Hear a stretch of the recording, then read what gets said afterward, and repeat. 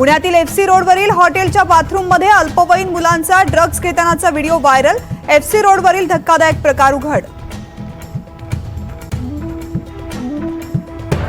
Pune drugs प्रकरणी Pune police action मोडवर। Hotel मॅनेजरसह manager कर्मचाऱ्याला सुद्धा अटक, तर L3 हॉटेलही पोलीस सील करणार।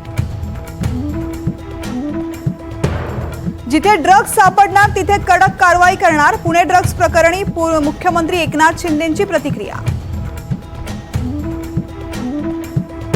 शंभूराज देसाईंनी राजीनामा द्यावा, तर राज्य सरकारची अब्रू चव्हाट्यावर। पुणे ड्रग्ज प्रकरणी सुषमा अंधारेंची टीका।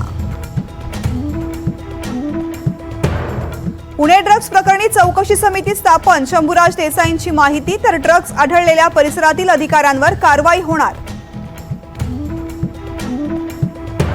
नाशिक पदवीधर मतदारसंघात एकनाथ शिंदेंच्या सभेनंतर पैशाचं वाटप केल्याचा सुषमा अंधारेंचा आरोप। शिंदे गटाने आरोप फेटाळले। मुस्लिमांनाही ओबीसीतून आरक्षण द्या, मनोज जरांगेंची मागणी। सरकारला 13 जुलैपर्यंतचा अल्टिमेटम कायम। ऑलिम्पिक पदक विजेता कुस्तीपटू बजरंग पुनिया 2 महिन्यात दुसऱ्यांदा निलंबित। अँटी डोपिंग एजन्सीनं नमुना न दिल्यामुळे कारवाई। आठवड्यापासून पुण्यात दडी मारलेल्या पावसाचं पुन्हा आगमन। पिंपरी चिंचवड परिसरात मुसळधार पाऊस, उकाड्यानं त्रस्त नागरिकांना मोठा दिलासा।